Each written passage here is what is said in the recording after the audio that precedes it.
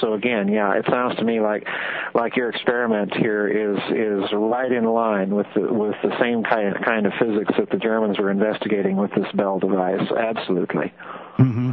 And as a special treat, I have a mechanical engineering associate working on this project, and we're going to be showing some diagrams, and we're going to try and build a small-scale model of this device. Excellent. And try it out and see if it'll lose some weight. So yeah, it would be very interesting. And one other point is that it is bell-shaped. Excited bell-shaped. So. Well, Bill, there's another aspect of this physics I should mention. It may play some role in your experiments or not. I don't know, but one of the things that I found very peculiar investigating this story was that the Germans, and I mentioned this, I think, at the Laughlin conference, the Germans built an entire electrical power plant at the facility where the Bell was being tested. And that's telling me that they were probably also using high voltage direct current electricity, that they had to have access to massive amounts of it that they simply could not, use with batteries or capacitors or things like that. And they were pulsing this stuff as well as counter-rotating it. So this is a very complex device, and my suspicion is, my intuition is that as you perform these experiments, and I doff my hat to you for reconstructing all of this stuff and actually going out and doing the footwork to test it, because my suspicion is that we're going to find that these effects vary with the amount of electrical potential involved. So yeah, I think that you're definitely onto something there. I'd love to see your videos. You've got my curiosity really piqued here. Oh yeah. Well, it's on the editing floor here. I'm working on putting it, this whole little video show here together, and we're going to be showing it at the UFO Skywatch conference that's coming up here. Right. And in addition, I'll show some diagrams of what I think is going on in this machine. And we're gonna try and build a little scale model of it, so it should be quite fascinating.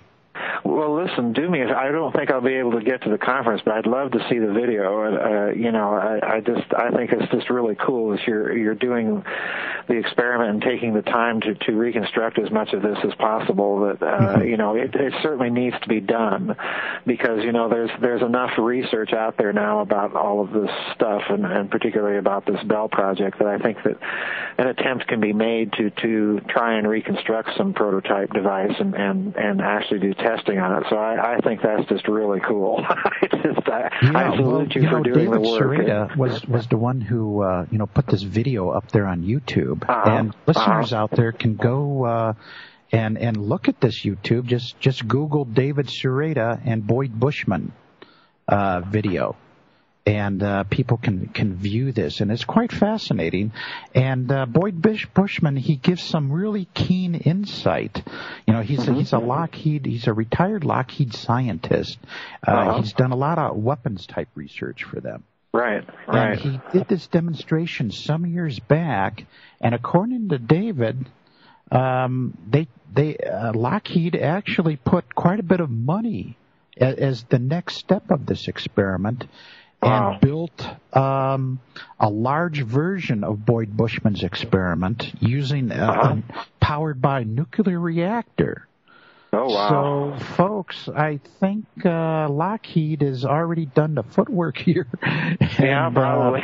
Probably put millions of dollars into the next step here, and they most likely have this technology. And it was interesting, a statement made by Ben Rich that, we now have the technology to take ET home. So it's there in the black op world. And I would agree with you. Yeah. And then Ben Rich made the statement it would take an act of God to release this technology to the world. Probably. So, God, get going. Well, it's interesting that you mentioned the Black Ops World Bill, because I think, again, you're right. If we look at this Bell project, this was something that, as far as I've been able to trace back, probably may have even originated as early as 1924, in other words, during the Weimar Republic days.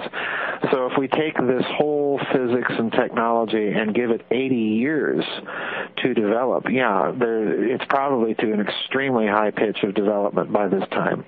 Mm-hmm. Now, there was also another experiment conducted by a gentleman by the name of, I think it was Bruce De Palma. Yes, yes. Yeah.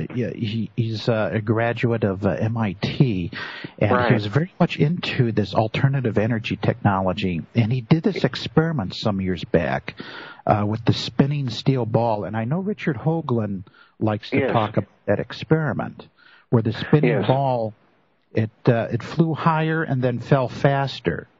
Right. And believe it or not, that's what stuck in my mind, when I was doing this experiment, because Boyd Bushman stated that, well, there's maybe some cousin of magnetism that's related to gravity. And I'm thinking, no, that's not it. It's the spin of fundamental particles that's related to gravity. It's the spin. Yes.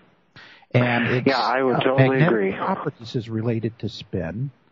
And the spinning ball experiment that Bruce performed, I think just really ties it all up, because it's the counter-rotating spin of the disk plus the magnetism of the spin related to magnetism that'll give you an anti-gravity effect.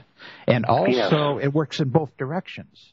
You can have the spin going in the same direction, and it'll fall faster. Right. Okay. Right. These experiments, it's interesting that you mentioned the direction of spin, because I'm sure you know of the experiments of Dr. Nikolai Kozyrev in Russia, who found much the same thing working with his gyroscopes. In certain directions of the spin, it would not fall as fast, and in other directions it would fall faster. So we're dealing here, I think, Bill, with a physics that has been overlooked, at least in public consumption physics, as it were. This whole idea of rotating systems is, as you know, an area of physics that's really not very well investigated, at least publicly. But like you say, in the black projects, I think that they are really on top of this stuff. And this experiment that you performed just really has me intrigued. Yes, I'm quite excited about it myself. Well, you should be.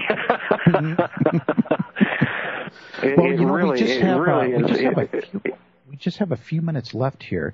Sure. There's one thing that I wanted to touch on here, and that's I mentioned it at the start of the hour. Did Hitler really die in a bunker in Berlin? Well, that's another aspect of this story, Bill, I find very disturbing. And let's face the fact that when we're dealing with the deaths of these high-ranking Nazi leaders, including Hitler, we're dealing with stories that have been essentially told to us by the Nazis themselves. So in other words, we have 12 years that we're basically excoriating this regime for being a pack of criminals and liars. We're fighting this regime for 6 of those years. And then all of a sudden, at the end of the war, we start believing them when they tell us how these people died. In Hitler's case, you have the standard insane guy in the bunker committing suicide. Right. In Bormann's case, we've got a man who dies in 2 different places under 4 different circumstances, and so on and so forth. But I think, we have to look at that and question whether or not these are really credible witnesses. In other words, should they be believed? And if you go to Argentina, once again, you talk to the local Argentines around this compound near San Carlos de Bariloche, and they will tell you very directly and without any apology whatsoever that Hitler and Eva Braun were alive and well in Argentina, living in this compound after the war.